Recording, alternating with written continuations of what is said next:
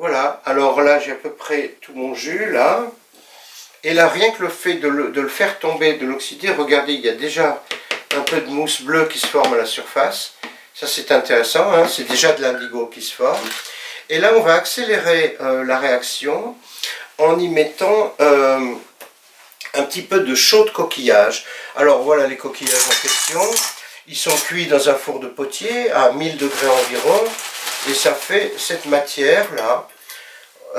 Donc je vais la tamiser un petit peu parce que vous voyez il y a encore des bouts de coquillage dedans.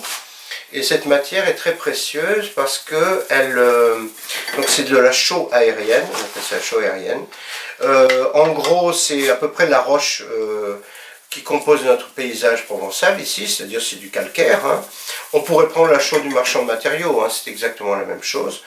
Et donc ce qui est intéressant, c'est qu'on va utiliser ce batteur pour intégrer de l'air. On va mettre de la chaux. Alors voilà, je mets un petit peu de chaux d'abord.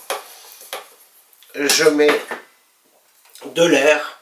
Alors en intégrant de l'air, je vais oxyder mon jus. D'ailleurs, voilà, je n'ai pas de... Ouais, je vais vous montrer juste ici comme ça. Mais vous voyez, mon jus pour l'instant, il est un tout petit peu verdâtre, mais rien encore de bien bleu, à part la petite mousse en question.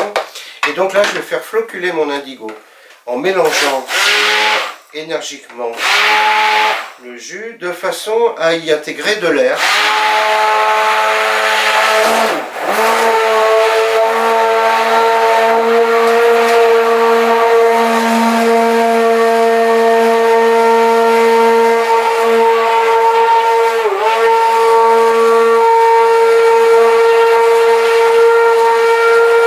Vous voyez qu'au fur et à mesure que j'intègre de l'air, de verdâtre qu'il était, il bleuit de plus en plus.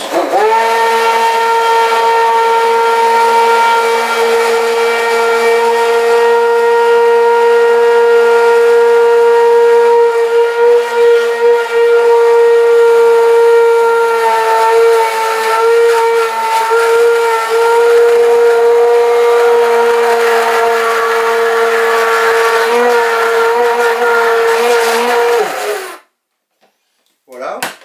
Donc, on va laisser reposer un tout petit peu pour que les particules se forment, parce que là, les particules très fines d'indigo s'agrègent les unes avec les autres. Ça prend 2 minutes, et puis il ne restera plus qu'à filtrer à travers un chiffon bien fin, de manière à récupérer ces petites particules. Mais attention, il a fallu séparer d'abord la cellulose de la feuille, parce que le pigment n'est pas une feuille en poudre. Il est fait à partir de la solution bien filtrée, bien fluide, avec de l'eau, de l'air, et un petit peu de chaux qui est la roche-mère du coin. Autrement dit, le bilan, inutile de dire que le bilan environnemental est positif, puisque de toute façon l'eau qu'on va rejeter, c'est simplement de l'eau tiède avec un petit peu de calcaire dedans, ce qui est le cas de l'eau du robinet ici. Et puis donc on n'a mis aucun produit ni toxique ni polluant. Voilà, bon, à tout à l'heure pour la filtration.